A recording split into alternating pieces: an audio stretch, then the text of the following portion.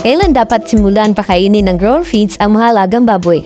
Mula po sa pagpapakain ng starter feed sa ating mga alaga ay bigyan po sila ng grower 1 feed sa edad po na 81 to 116 days. Sa puntong ito ay mas malaki na po ang kailangang ipakain sa mga alaga. At dahil sa grower stage ay nagpo-fully develop na po ang kanilang mga buto at dito rin mas nagko-convert ang kanilang kinatain sa laman at taba.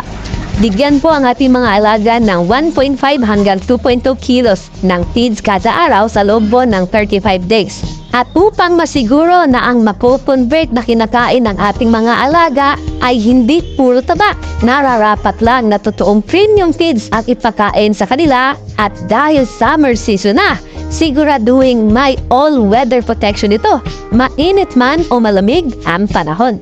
At partneran ang pagpapakain ng pagpapainom ng supplements at minerals na